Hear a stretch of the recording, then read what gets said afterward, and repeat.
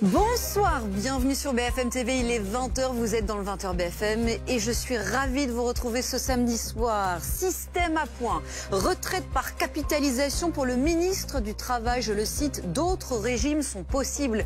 Qu'a-t-il en tête et surtout laisserait-il à chacun le choix du moment de son départ à la retraite? On va en parler dès le début de ce 20h BFM. Rendez-vous mardi, Nicolas Sarkozy sera incarcéré à la prison de la Santé dans le quartier d'isolement après sa condamnation à 5 ans de prison dans le dossier libyen. À l'approche de cette échéance, son clan se prépare. Ses fils ont lancé un appel à se rassembler le jour de son incarcération. Et évidemment, ça fait réagir. Nous suivrons aussi ce soir les manifestations aux États-Unis contre la politique de Donald Trump. Plus de 2700 rassemblements sont prévus. Les contestataires seront-ils plus nombreux que la fois précédente?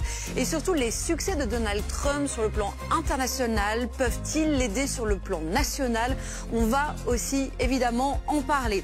Votre rendez-vous Ligne Rouge, un document inédit ce soir que nous diffuserons à partir de 21h10, une nouvelle enquête intitulée Gaza, l'arme de la faim. Rendez-vous à 21h10, travail des équipes de Ligne Rouge. Voilà, vous connaissez le programme, soyez les bienvenus dans le 20h BFM, c'est parti.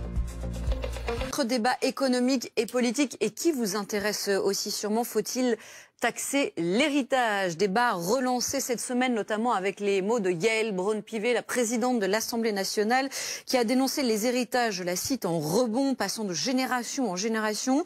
Vous savez, le truc qui tombe du ciel, ça suffit. Alors avant de rétropédaler en disant surtout vouloir s'attaquer à la question des super héritages, ce soir, Maud Bréjon, porte-parole du gouvernement, dit « ce n'est pas dans le projet du gouvernement ».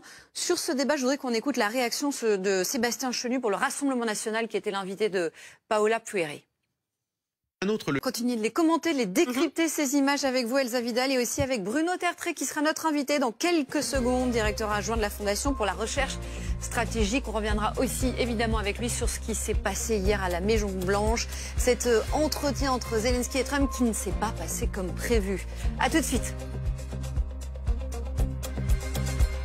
Ça, c'est une autre hypothèse. Non, mais c'est pathétique. Excusez-moi, mais c'est pathétique. Écoutons Donald Trump sur la manière dont il envisage les choses donc, pour résoudre le conflit ukrainien.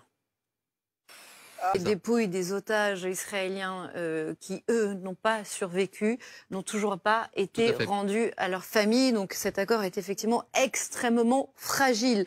La situation dans la bande de Gaza, elle est au cœur de cette soirée Ligne Rouge qui débute avec une enquête inédite. Vous retrouvez évidemment Nicolas Poincaré.